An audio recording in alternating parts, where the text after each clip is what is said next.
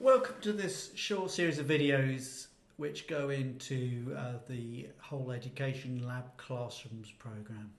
We're going to have about 5 of these videos and we're going to talk you through step by step every step of the Lab Classrooms journey. And I'm sitting here with Shane, who's been running this, and he's the expert on it, and he's also going to be your main point of contact if you get into the whole Lab Classrooms things. And I guess we better start off with the first and simplest question, which is, Shane, what is Lab Classrooms? Yeah, thanks, Ed. So Lab Classrooms is a professional learning framework that we offer, and it really helps people to learn the process of an action research project. So it's a very light touch action research where you're looking at areas of your pedagogy, although as we'll discuss later, it can be transferred into other areas where you're understanding a little bit about what's happening, you're having some new learning, you're taking yourself through a process, and then you're reporting and thinking about how you might take that learning and develop it elsewhere. So very transferable, but it's as much about you learning as it is the children you're working with.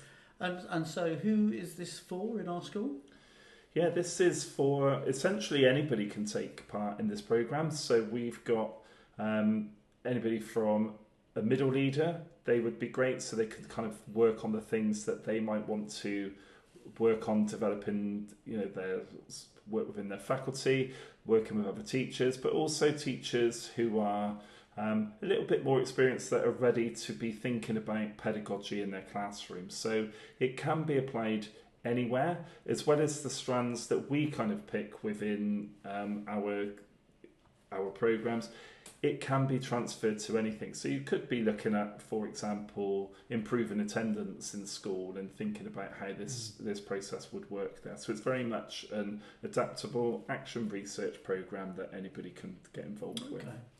And so, if I'm right, a colleague can use this to focus in on small areas of their practice. Maybe they're looking at using questioning in the classroom, or they're trying to tighten up their explanations, or any number of things. But is there a wider purpose to it beyond that? Yeah, so very much so. I mean, in education and other industries, actually, we are always trying to reflect on the impact that our work has. So we're trying to say, rather than I'm going to try something and I think this is working and I want to share it with other people, we want a little bit more kind of evidence that goes alongside that. So it's as much around the process of trying something, evaluating it, seeing how it works, that you can transfer again to many other situations. So as well as us learning how to improve a little bit of our pedagogy, we're also learning how to conduct something in an effective, evaluative form.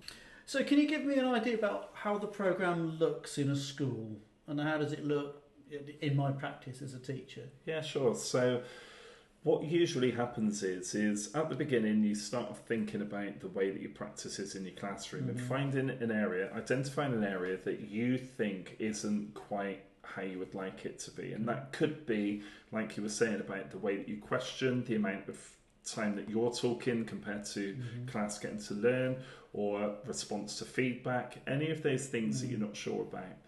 Essentially what you do is you will start off doing a little bit of a baseline, so trying to work out what that is, and again we'll talk about some of the details of that later.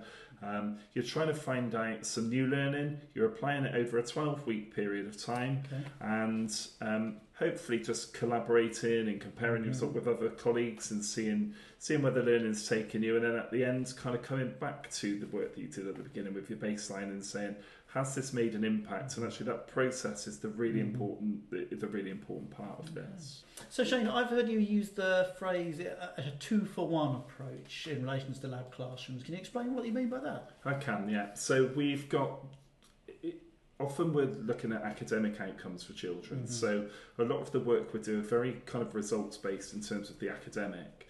But what we want to do as well as the academic is we want to improve the skills as well that people have got. So we're looking at knowledge acquisition, we're looking at being able to apply that in different situations, and for them to really understand the skills and how they're going to apply the knowledge that they've just learned.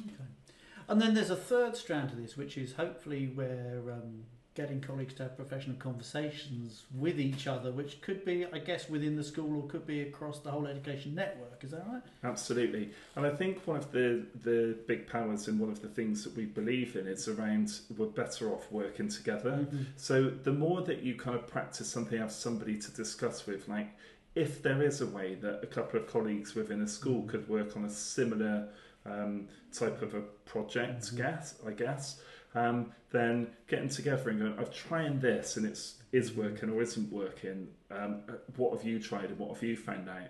But as well as being within your school, one of the big advantages of being part of a network such as Whole Education is that you can access other people that are studying the programme as well. And our digital network is a great platform for writing on there, I am looking at some work on this. Is there anybody else doing something like it? And being able to connect. And they could be in another school, in another trust at the other end of the country, but you might well find someone else who's looking at the same thing. I think we have quite a few common questions that people tend to come back to. Absolutely. So that's a great way of building your professional networks, making them robust. Well, that's given us an overview of lab classrooms. If that's whetted your appetite or if you're already signed up, keep tuned for the rest of the video series where we'll go through how to set up and how to enact and how to finish off the programme. But for now, thank you, Shane. Thank you very much. Thank you.